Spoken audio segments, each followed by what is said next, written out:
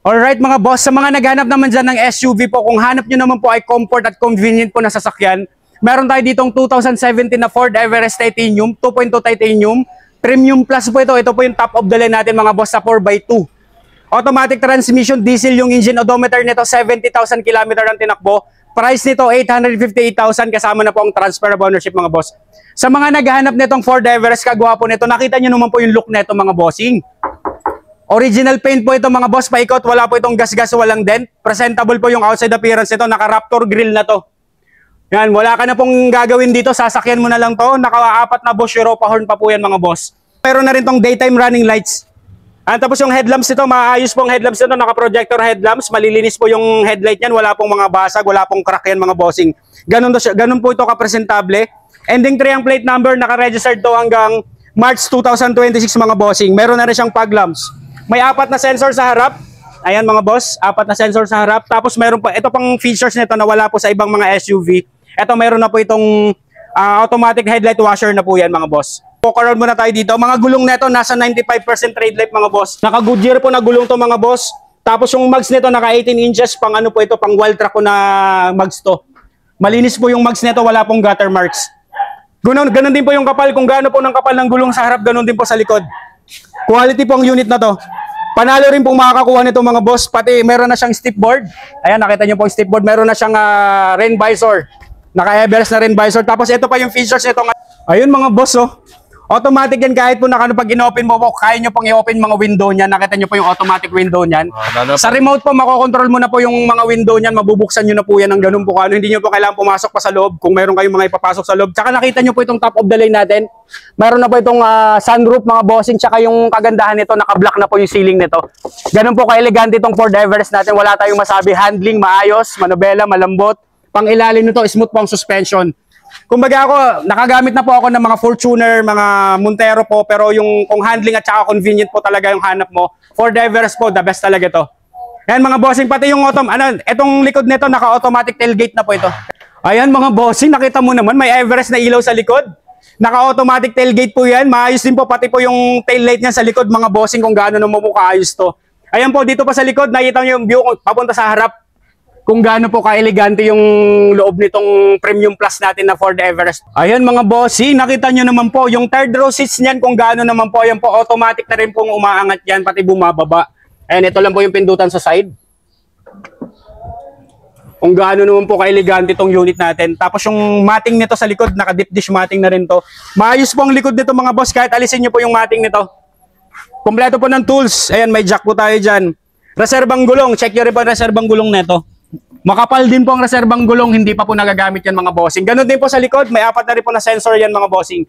May reverse parking sensor, tsaka may reverse camera na po ito. Okay. Pag isasara mo ito mga boss, pwede mo itong pindutin lang dito. Tsaka pwede din dito. Pwede rin sa remote, pwede rin po nyo pong pindutin dito. Ganun po siya ganda po ng features nitong Ford Everest natin. Tsaka yung ilaw niya elegante sa likod. Masyadong Ford, pampered tayo dito. Oo naman, ganun po siya ka-quality. All power and all mechanism, lahat po gumagana. Naka-power seats na rin po, naka-power seat na rin po ito mga boss. Ayan, actual mileage na tampered mga bossing, check niya po. 71,000 po original mileage na tampered. Ayan, ini-scan din po natin yan mga boss. Habang binablog natin, ini-scan po natin yung unit. Multifunction steering wheel, kompleto po, working po lahat ng mga controls natin sa steering wheel mga boss. May cruise control, may traction control system mga bossing, tsaka yung headlight nito, kagwapo po ng nito, ilaw nito. Start po natin yung engine. Alam ko doon may parking assist din to eh. May parking assist na rin to mga boss. Ayan, ganun po siya kakompleto yung features nito. Kung features pong hanap mo, komportable ka, eto po, wala ka nang hahanapin sa Ford Everest natin.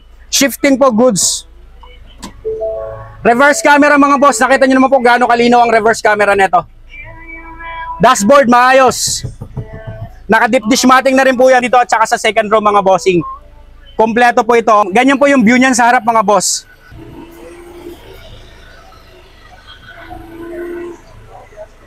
Automatic washer niyan gumagana po. Ayan, open nyo lang po yung headlight niyan. Gagana po yung automatic washer ng headlight natin mga boss. Ganun po siya kompleto ng features nito. Sunroof mga boss. Open po natin yung sunroof. Ayan mga bossing. Eleganteng elegante. Tapos ang kagandahan nito, naka leather seat cover po yan. Nakikita nyo naman po. Ganda po ng leather nito mga bossing, presentable po yung interior nito, bumagay po sa black nating ceiling mga bossing. Kung comfy ang hanap mo dito sa Ford Everest, panalo to. Steering wheel po nito, naka-electric power steering na po ito. Automatic retractable side mirror, working din po yan mga bossing. Ayan, lahat po ng features, nandito na po lahat mga boss. Shifting po, wala pong problema sa shifting, wala pong drag, wala pong kaldag. Naka-touchscreen head unit, malamig po ang aircon, wala pong problema sa aircon na to. Kasi syempre, tine-test drive po natin to. All goods, wala pong pintas to. Pwede po sa masela na buyer natin dyan mga boss. Check po natin second row na ito. Sa second row natin mga boss, meron na rin control ng aircon dito mga boss sa likod. Ayan, naka-deep dish matting po, okay po yung legroom tsaka headroom nito hanggang third row po, maayos kagaya na pinakita ko sa inyo kanina. Ito po nagpa-elegante dyan yung sunroof niya mga bossing.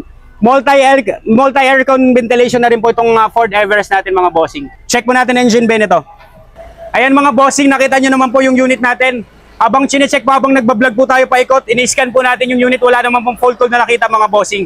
Ito naman pong Ford Everest natin po, powered by a 2.2 liter TDCi turbo diesel engine that produces 165 horsepower po at 385 Nm of torque mga boss. Malinis din po yung engine yan, wala rin pong mga tagas-tagas po ng langis dyan. All intact po yung engine nito. 100% no talsek, no usok, no blow by yan mga bossing. Guaranteed no engine issue po ito mga boss. Wala po itong problema, condition po ito, very good running condition. Sa mga naghanap ng Ford Everest dyan, ano pang inaantay nyo? Kung features ang hanap at convenient po, ito comfy ang hanap po, ito na pong hinahanap nyo. Ford Everest, 858,000 free transfer ownership mga boss. Pwede din sa financing, idol. Pwede rin po, available din po itong unit natin sa cash, trade-in of financing. Sa financing computation po, ipa-flash ko po sa screen mga boss. Next unit natin dito, meron tayo dito, sa mga naghanap dyan ng Mitsubishi Montero Sport, meron tayo ditong 2016 model pero 2018 acquired na Mitsubishi Montero Sport, 2.4 GLS 4x2, automatic transmission, diesel yung engine, odometer nito 88,000 km ang tinakbo. Price po nito 828,000 free transfer of ownership mga boss. Paikot mga boss, bagong ceramic coat po ito. Makinis po ito, wala po itong gas-gas, walang dent mga boss. Sipatin nyo po itong mabuti, quality po ang unit na to. Ayan mga bossing, lata all the way po yan paikot, wala pong mga na-retouch dyan. Tapos sa headlight natin, naka-halogen headlamps na po yan. Meron na po itong daytime running lights mga boss. Ayan, kagwapo po ng front grille nito. Ending 3 ang plate number, naka-registered to hanggang March 2026 mga bossing. Mga gulong nito mga boss, panalo. Wala na kayong papalitan na gulong. Naka 18 inches na Teramax na Aribo na gulong. Ayan mga boss, naka 2-toned alloy wheels. Wala pong mga gutter marks yan mga boss. Ito po ang gulong nito. Nasa 95% tread life pa po yan mga bossing. Sa mga naghahanap ng Mitsubishi Montero Sport, isa rin sa pinakamabenta nating SUV natin dito sa Pinas. Side mirror na ito, automatic retractable side mirror. Meron na siyang signal light na repeater. Naka-keyless entry na to mga bossing, push start button. Walk around muna tayo sa 2018 acquired natin ng Mitsubishi Montero Sport. Tama po ang dinig nyo mga boss, 2016 model to pero 2018 acquired mga boss. Mga tail light nito mga boss, kagwapo ng tail light nito. Ito na po yung new look natin na Mitsubishi Montero mga bossing. Ayan, meron na siyang reverse camera at saka meron na siyang rear parking sensor mga boss. Ayan, 4 po na rear parking sensor, meron na po yan mga boss. Paikot po mga salamin nito, original pa po mga salamin nito, nakatint na rin po ito. Ayan, roof natin mga bossing, sipatin nyo po yung roof natin ito. Malinis po ang roof natin ito. Sipatin nyo po yung interior natin ito, kagwapo po ito, naka leather seat cover na rin po itong Mitsubishi Montero Sport natin. Tapos nakita nyo naman yung interior nito, maayos po yung steering wheel. Ayan, meron na po, ang kagandahan po nito sa Mitsubishi Montero Sport, meron na po itong multi-function steering wheel, meron na po itong cruise control, meron na itong paddle shifter mga boss, kung gusto nyo pong i-manual mode mga bossing, ayan po yung paddle shifter natin. Start po natin yung engine. One click, one start po tayo mga boss. Ayan po, ipapakita ko po yung automatic retractable po na mirror niyan mga boss. Ito po yung automatic retractable side mirror niyan. Working po lahat, mga bintana po niyan, gumagana. All power and all mechanism working po lahat. Kaya sa mga naghahanap po ng Mitsubishi Montero, sa mga naghahanap dyan ng Mitsubishi Montero Sport mga boss, quality po yung unit na to kahit 2016 model pero 2018 acquired. Kung paano naman po na-maintain to ng personal mga bossing. Naka-electronic handbrake na to mga boss. Ayan. Anong naka-touchscreen head unit with reverse camera mga boss. Ayan po yung reverse camera natin, yung mga bossing. Malamig po ang aircon nito. Naka-dual ice cold aircon po ito mga boss. Shifting nito, goods po ang shifting nito mga bossing. Ayun, wala po siyang drag, wala po siyang shift shock mga boss. Kaya sa mga naghanap ng maayos na Mitsubishi Montero Sport, pwede nyo pong i-consider to. 100% actual mileage na tampered, 88,000 po ang milyahe nito. Ayan mga bossing, wala pong ano yan, wala pong mga fault code na nakalutang sa ating panel gauge, panel display. Siyempre po, ini-scan po natin yung unit. Ayan, pakita ko sa inyo mga boss. Ayan mga bossing, kung gaano naman po ka-intact po ang maano nito, ang unit na to. Wala siyang fault code mga boss, kaya garantisado po sa mga naghahanap ng Mitsubishi Montero Sport dyan, best buy unit po itong unit natin. Pwede nyo pong puntahan to dito sa autokoto.ph po, sa C2G Cars, dito po sa Digman Bacoor mga bossing. Panalo po yung unit na to. Tsaka iba po yung handling pag naka-Montero ka mga boss. Siyempre ito po yung talagang comparison mo sa halimbawa, Montero, Everest, tsaka Fortuner, mga MUX, mga Chevrolet Trailblazer, ito po yung mga category niyan. Kaya kung 7 to 8 seater na SUV ang hanap mo, panalo tong Mitsubishi Montero Sport natin mga bossing. Naka-stock pa po ito, origurig pa po lahat ito. Nilagyan lang po ng leather seat cover mga bossing. Ayan, kaswabe po ng under niyan mga bossing. Sa mga naghahanap nito, highly recommended ko tong Montero Sport. Malinis po yung dashboard. Maayos po yung ceiling nito mga boss, malinis po. Nilagyan lang po ng aftermarket na 3M na matting, pero yung matting niyan, yung carpet niyan sa ilalim mga bossing.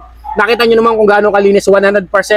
Not flooded unit. Mileage yan 88,000 mga bossing, 100% not tampered yan. Pwede nyo pong ipacheck sa kasa. Pang 2018 yung mileage pero 2016 model. 2016 model siya mga bossing. Tama po yan. Second row naman ito mga boss. Ganon din po. Stock matting din po yan. Meron lang po siyang nilagay na aftermarket na 3M na matting mga boss. Pero all intact po yan. Mga upuan nito, maayos po yung leather seat cover mga bossing. Kagaya na sinasabi ko. Tapos ito pong Montero Sport natin, multi-aircon ventilation na rin po ito mga boss. Nakita nyo naman. Para naman po yung mga sasakay sa second row at sa third row po, maging convenient po sila. Kumbaga, comfort po ang hanap mo dito sa Montero. Okay rin po yung mga suspension, mga pang-ilalim. Wala po itong wala pong kalampag. Solid po ang under chassis nito. Wala pong mga langit-ngit po. Ali check, ali test drive mga boss. Basta't puntahan nyo lang po yung unit, makikita nyo naman po. Check nyo po yung third row nito.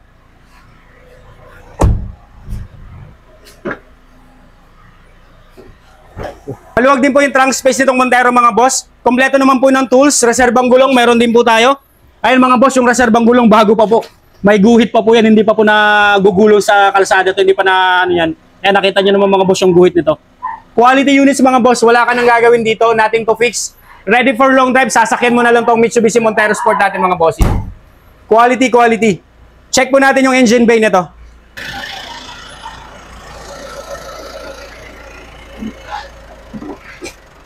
Check nyo naman mga boss kung gaano po kaswabe ang engine nito under the hood mga bossing. Wala pong oil leakage yan mga boss. May mga kasa markings din po yan. No talsik, no usok, no blow by mga boss. Ito Motolite Gold battery. Ayan, gagwapo po nitong unit mga boss. Cooling system nito mga bossing. Ayan mga boss, cooling system nito all goods. Wala pong bula-bula. Ayan, wala po. 100% no overheat history po ito mga boss. Ito naman pong Mitsubishi natin na Montero Sport, powered by a 2.4 liter turbo diesel engine that produces 181 horsepower at 430 Nm of torque mga boss. Wala pong oil leakage yan mga bossing. Panalo rin po ito. Ready for long drive. Tapos mga frame nito sa harap, 100% wala po itong accident history. All intact po yan mga bossing. Kagwa po nito mga bossing sa mga naghanap dyan ng Mitsubishi Montero Sport. Pwede nyo pong puntahan to dito. Only check, only scan, only test drive mga bossing.